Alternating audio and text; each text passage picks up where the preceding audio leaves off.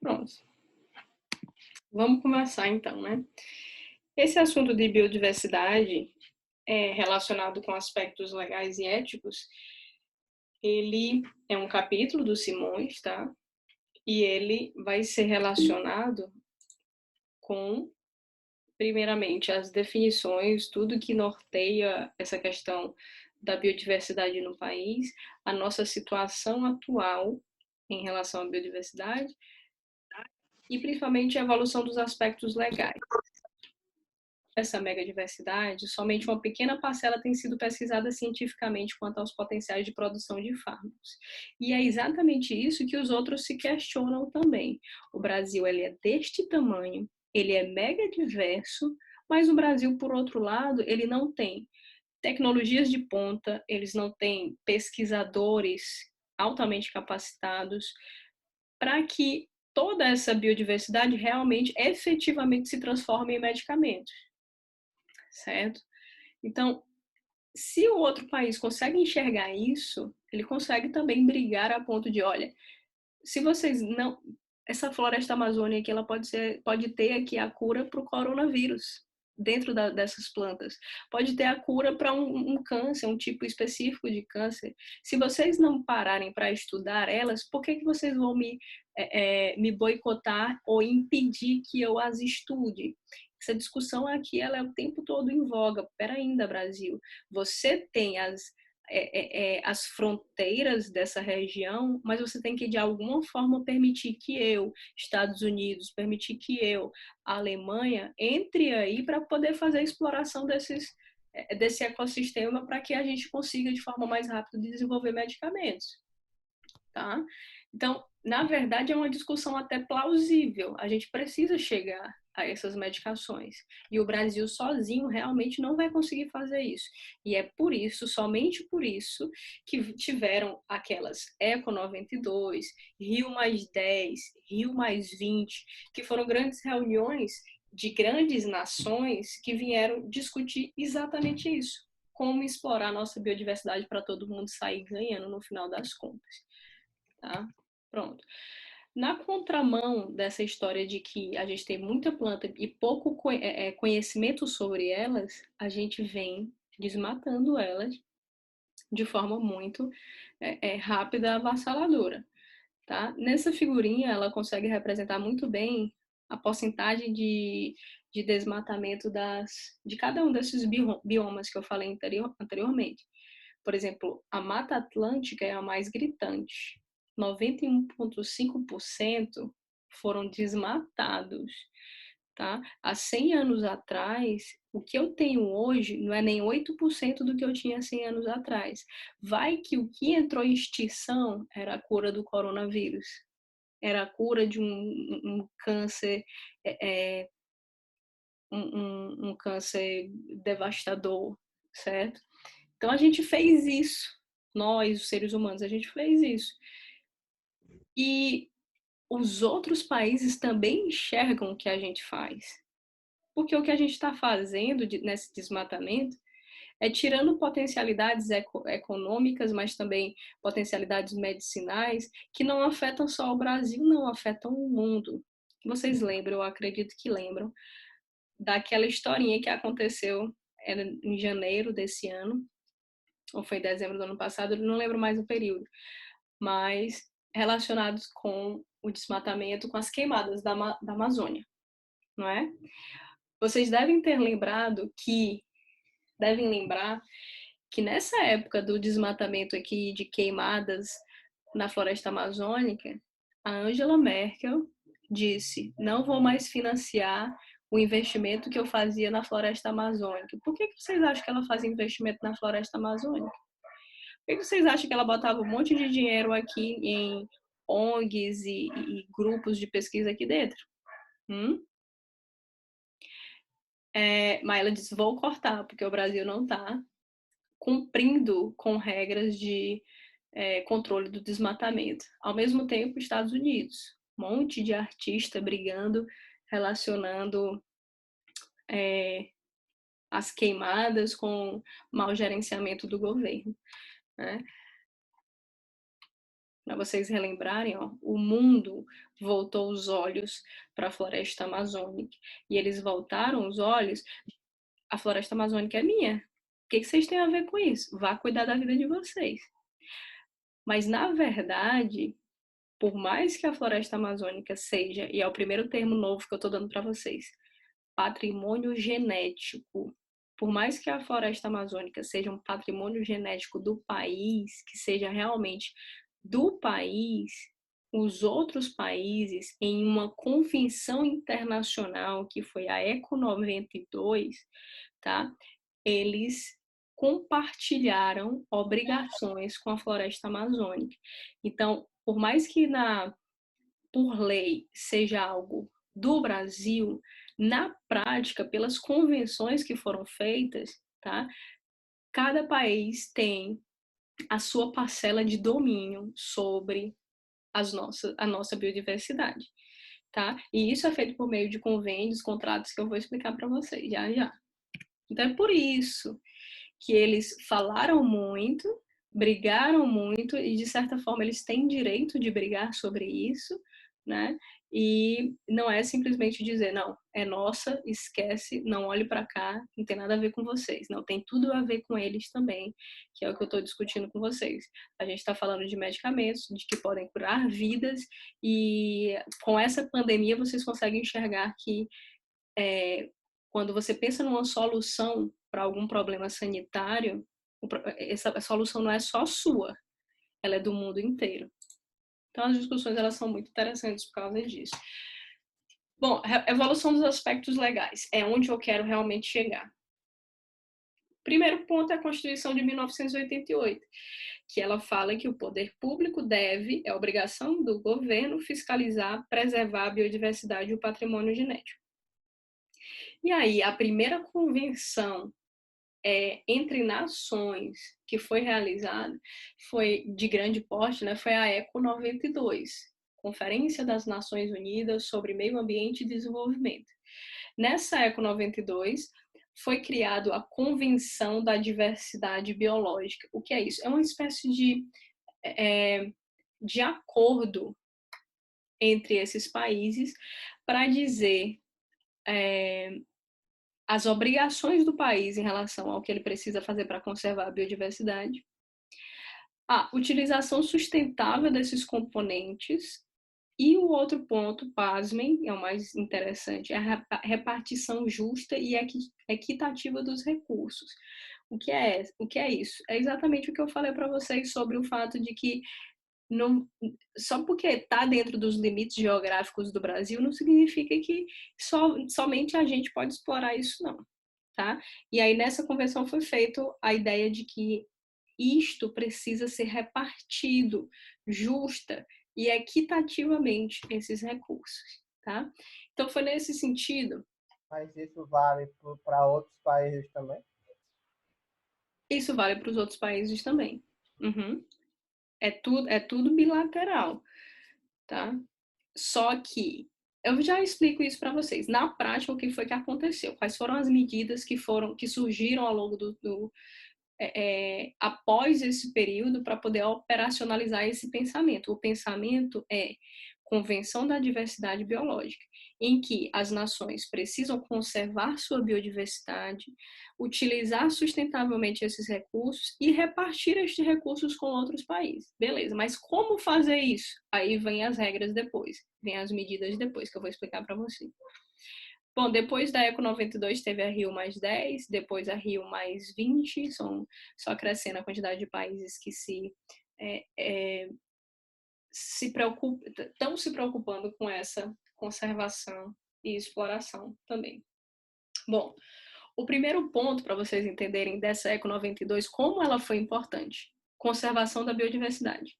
Nesse momento, foi definido dois tipos de conservação: a conservação in situ e a conservação ex situ. E aí, a convenção, as nações disseram, todo país é obrigado a ter formas de conservar a sua biodiversidade in situ e formas de conservar a sua biodiversidade ex situ. O que significa isso? Ó,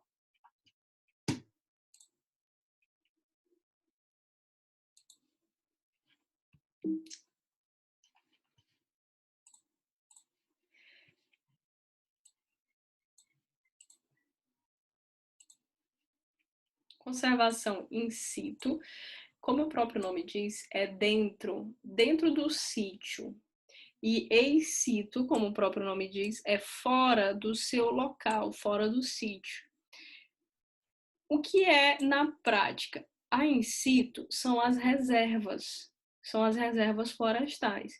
Quando você consegue, por exemplo, a Mata Atlântica, que é óbvio que ela está sendo com 90% dela já desmatada, você consegue perceber que tem espécies ali dentro que estão em extinção.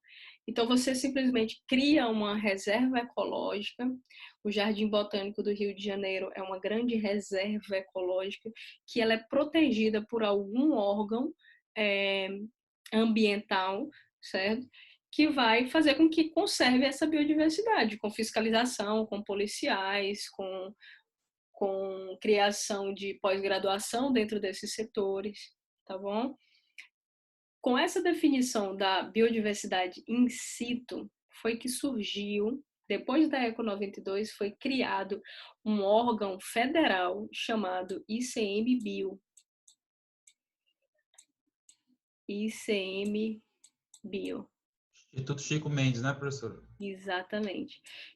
Porque a Eco 92 diz que eu sou obrigada a conservar in situ, em 2000 foi criado, teve uma lei que criou o Instituto Chico Mendes da Biodiversidade. Esse instituto, ele é responsável pela conservação dentro das reservas, ou seja, conservação in situ. Se vocês forem, não sei se já foram, mas na Serra da Capivara ou em Ubajara, vocês vão ver reservas ecológicas que são gerenciadas pelo ICMBio. Para ter uma ideia mais clara do que é o ICMBio, hoje eu trabalho na empresa EBSER, que é uma empresa federal, um órgão federal contratado para gerenciar os HUs, os hospitais universitários do país. Então, tem a EBSER Nacional, fui contratada para a filial EBSER Piauí. E a EBSER Piauí gerencia o HU. Eu não sou contratada do HU, eu sou contratada da EBSER, tá? Aí, a empresa EBSER é uma empresa pública de direito privado, depois vocês estudam isso, mas ela é a mesma filosofia da empresa ICMBio. O ICMBio é a empresa que, assim como a EBSER, gerencia as reservas florestais, tá bom? E quem trabalha no CMBio é que nem os funcionários da EBSER, fizeram concurso, que nem eu, são funcionários federais, todos vocês podem fazer concurso para o ICMBio, porque o concurso ele não ele não tem concurso para farmacêutico, para médico, não é assim. Ele coloca cargo de fiscal e não sei o quê. Aí ele bota alguns concursos que podem fazer aquele cargo, farmácia, biólogo e etc. Biomédico, etc. Tá? Vocês podem fazer o concurso para o ICMBio e participar das reservas. O interessante do ICMBio também é que ele é um órgão que tem especializações e mestrados dentro dele. Então, vocês podem fazer a pós-graduação dentro do ICMBio, dentro das reservas, né, de conservação in situ, tá bom? Essa é a ideia da conservação dentro do local onde a planta nativamente surgiu. E aí eu preservo aquela planta ali dentro, fazendo uma reserva. E a in situ? A in situ, como o próprio nome diz, é fora dessa reserva, ela acontece justamente quando eu não consigo mais. Imagine que a floresta, a Mata Atlântica, 92% dela foi desmatada, beleza. Mas eu consigo pegar dentro dessa parte desmatada uma pequena plantinha que eu catalogo e vejo, eita, é aquela espécie que entrou em extinção. Ela era historicamente da Mata Atlântica. Opa, pois vamos, como ela está sozinha aqui, coitada, nasceu aqui, vamos pegar um pedaço dela, que a gente chama esse pedaço de germoplasma, e cultivá-la, melhor, conservá-la em um laboratório ou um local fora de onde ela nasceu, fora do local onde ela é endêmica, para preservar aquela espécie ao longo das gerações, tá? Então, a conservação in situ é aquela conservação do germoplasma em um ambiente controlado, tá? Professor, o que é o germoplasma, então? É qualquer, como próprio aqui nessa figurinha fala bem, os germoplasmas são qualquer estrutura de um organismo vivo que possa dar origem a exemplares da mesma espécie. Por exemplo, se pegar um pedaço uma porção do DNA, uma semente, tecidos vivos, capazes de gerar aquela planta novamente. E colocar ela dentro de tubos de ensaio com a tampinha e deixar nesses laboratórios de conservação da biodiversidade, isso aqui já é uma forma de conservação in situ, que é fora do seu local endêmico, tá? Mas existe outra forma de conservação in situ que não necessariamente dentro de tubinhos de ensaios.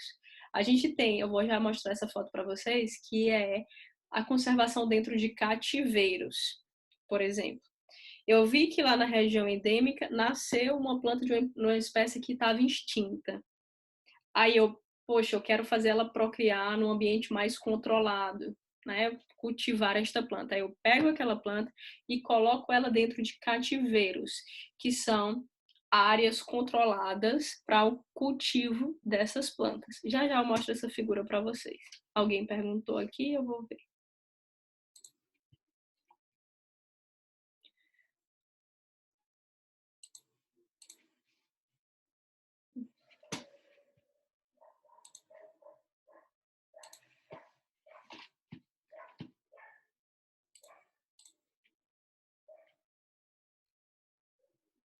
O professor está gravando a aula, que rica.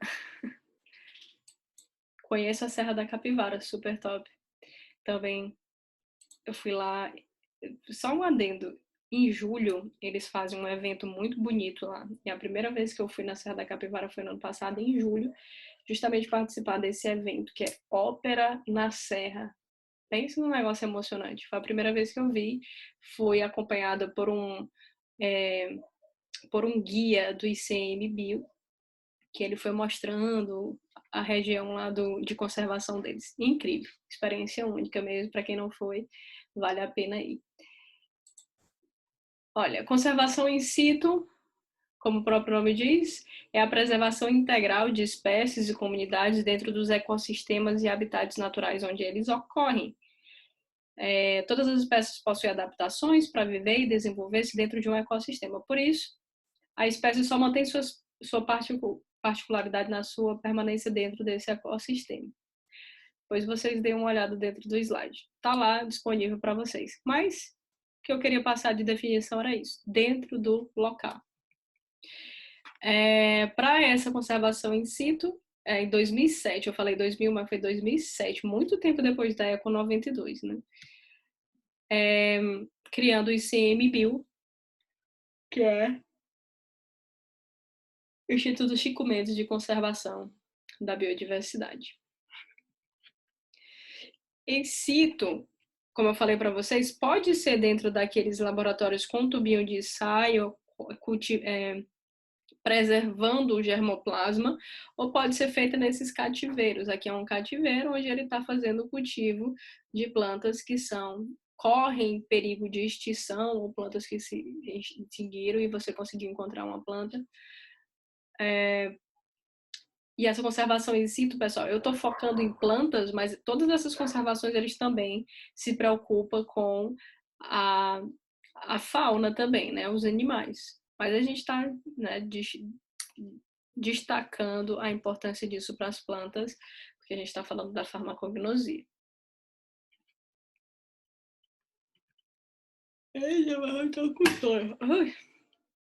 Vamos lá. Pronto.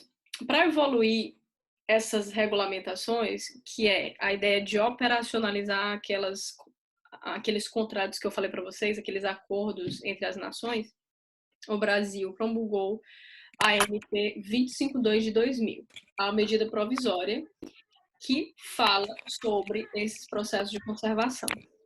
Em 2000, nessa MP, tem a definição, duas definições importantíssimas, que é patrimônio do Brasil. Tudo que está nas nossas fronteiras, que seja um germoplasma ou a planta inteira, espécime vegetal inteira, o fungo, um micro-organismo ou algum animal, faz parte do patrimônio genético. E o que é isso? É direito soberano do Estado. Quem domina, quem tem direito sobre essa exploração econômica é apenas o Estado. E o outro termo importante é o conhecimento tradicional associado. O que é isso? Definição é: informação ou prática individual ou coletiva de comunidade indígena ou comunidade local, que tenha um valor real potencialmente econômico. Traduzindo isso aqui para vocês também, se eu tenho uma comunidade que faz uso de uma planta para tratar enxaqueca, isso é um conhecimento deles. Não é porque chegou um gringo e se instalou dentro daquela comunidade, começou a perceber as práticas individuais e os conhecimentos que eles têm ali dentro, que ele pode voltar para o país dele e fazer as mesmas coisas com exploração econômica daquelas coisas, tá? Sem dar royalties para de onde ele tirou aquela informação. Entenderam? Então, é por isso que a gente definiu, a importância dessa MP foi as definições, conhecimento tradicional associado, porque a partir do momento que eu crio que isso é algo que é o que o governo tem que se preocupar, tem que gerar domínio sobre, eu começo a me preocupar com os produtos que chegam no mercado, o que eles ganharem de dinheiro tem que dar um retorno para aquele conhecimento. Termos, ele criou um termo importantíssimo também, que é a bioprospecção. O que significa bioprospecção? 2186 de 2016, não, 218616 de 2001, ela define bioprospecção como a exploração sobre um patrimônio genético ou sobre um conhecimento tradicional associado no sentido de gerar alguma potencialidade econômica. É simplesmente explorar, fazer pesquisas em cima do nosso patrimônio genético com objetivo econômico e depois em cima de pesquisas de conhecimento tradicional associado com o objetivo de finalidades econômicas. Isso é a definição legal de exploração de patrimônio genético e conhecimento tradicional associado. A bioprospecção é um termo que diz que eu posso explorar legalmente